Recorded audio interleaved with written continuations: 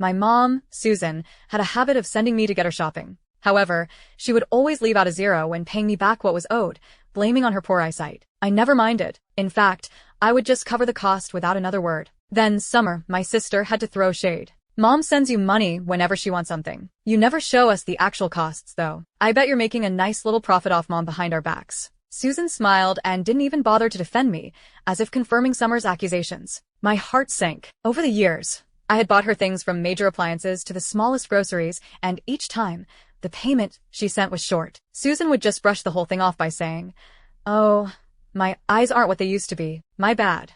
I had poured hundreds of thousands into her expenses, only to end up with a reputation as a thief who cheated her own family. When Susan sent me money for the New Year's Eve catering, I simply booked food that fit the budget she paid for. An awkward silence hung over the room. The people at the dinner table simply stared at the food spread with a mix of emotions. I urged, "Don't just sit there. Dig in." My mother, Susan Bridget, pulled a grimace, holding back an outburst only because others were present. Swallowing her rage, Susan asked, "Is this all of it? Push the waiting staff to hurry up and serve the rest." "This is everything," I replied indifferently before turning to the rest of the family. "Eat up before the food gets cold." Thud.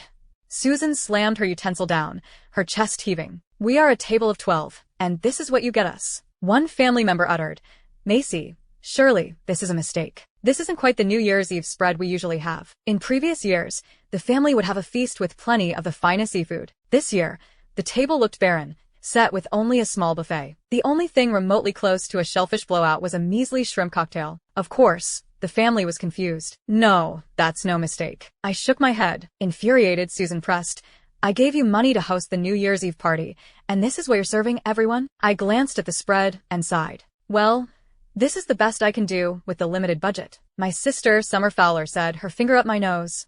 "Who are you kidding? I know for a fact that Mom wired you $4,000 for the catering. I doubt there's even $500 worth of food here. Did you pocket the rest? I know that you're always finding excuses to buy things for Mom and overcharge her for the errands, but you've gone too far this time." Following the statement, the family gave me looks filled with judgment. Susan said, "Normally, I'd let this behavior slide. But it's not every day that we get to be together with family. Do you think this is appropriate?" My little cousin, Leon, started to throw a tantrum. "Dad, where's the crab? Didn't you say we'd be getting a seafood boil?" Aunt Tanya uttered accusingly, "Macy, this kind of behavior is beneath you. How can you do such a thing?" The rest of the family voiced their criticism. Susan jumped in. "That's enough of this fiasco. Go and fix this with the catering, and that'll be the end of the matter." Taking her cue, the other family members told me to keep the peace and restore the spread to its usual standard. However, I didn't budge it. I replied curtly, "That's not happening." What do you mean by that? Susan raised her voice. I turned to her. "Have you forgotten